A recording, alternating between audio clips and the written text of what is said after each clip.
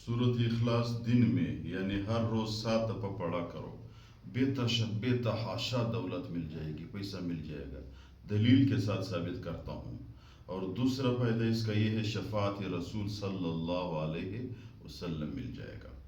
آپ کے ذہن میں ایک سوال آئے گا کہ سورۃ اخلاص سے پیسہ کیسے ملے گا؟ سورۃ اخلاص پڑھنے سے شفاعت رسول کیسے نصیب ہوگی؟ اگر کوئی بندہ یہ کہے کہ بھائی درود شریف پڑھا کرو شفاعت رسول نصیب ہو جائے گی، سورۃ اخلاص سے کیسے نصیب ہو جائے گی؟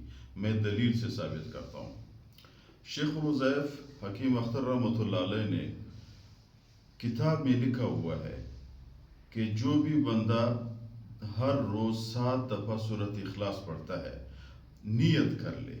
دیکھو پیغمبر علیہ السلام فرماتے ہیں انما الاعمال بالنیات، اعمال کا دار و مدار نیت پر ہے۔ ابھی آپ سورۃ اخلاص 7 دفعہ پڑھتے ہو، یہ 7 دفعہ کو 2 حصوں پہ تقسیم کرو، ایک حصہ 4، دوسرا حصہ 3، 3 اور 4 جمع کرو 7 ہو گیا۔ یہ 4 دفعہ سورۃ اخلاص اس نیت سے پڑھو کہ جتنے بھی امراء آدم علیہ السلام سے لے کر اولیاء اللہ تک جتنے بھی امیر لوگ گزرے ہیں ان کی ارواح کو بخش دو۔ مثال کے طور پر سلیمان علیہ السلام کو اللہ نے بہت بڑی بادشاہت دی تھی، امارت، بہت امیر انسان تھے، ان کی روح کو بخش دو۔ حضرت عثمان رضی اللہ تعالیٰ عنہ بہت امیر انسان تھے، حضرت عثمان رضی اللہ تعالیٰ عنہ کو حضرت عثمان رضی اللہ تعالیٰ عنہ کی روح کو اس کا ثواب بخشو۔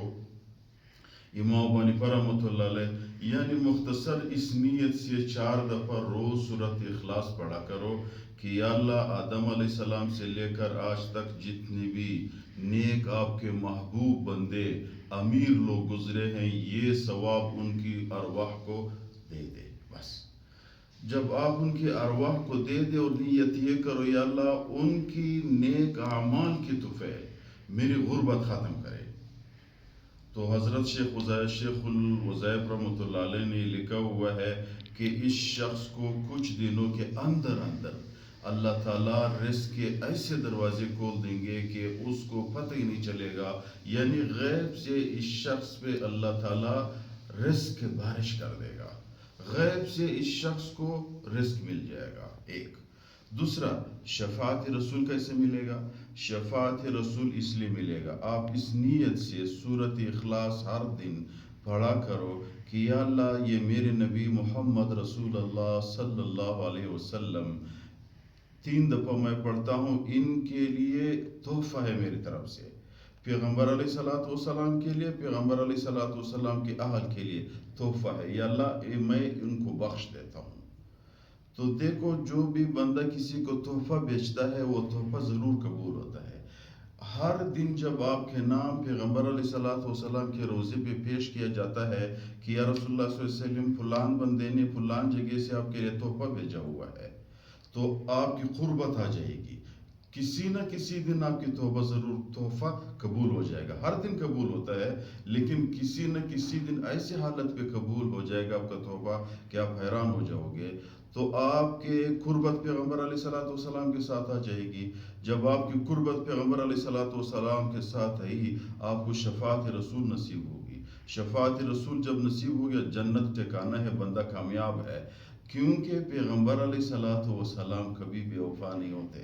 پیغمبر علیہ السلام نے ہر وقت ہر حالت میں اپنی امت کے ساتھ وفا کی ہے۔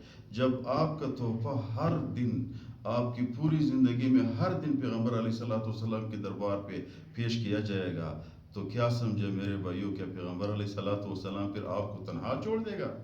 کیا پیغمبر علیہ السلام پھر ایسے شخص کو جو ہر دن بغیر لالچ کے تحفہ بیچتا ہے، تو پھر کیا پیغمبر علیہ السلام اس شخص کے ساتھ وفا نہیں کرے گا؟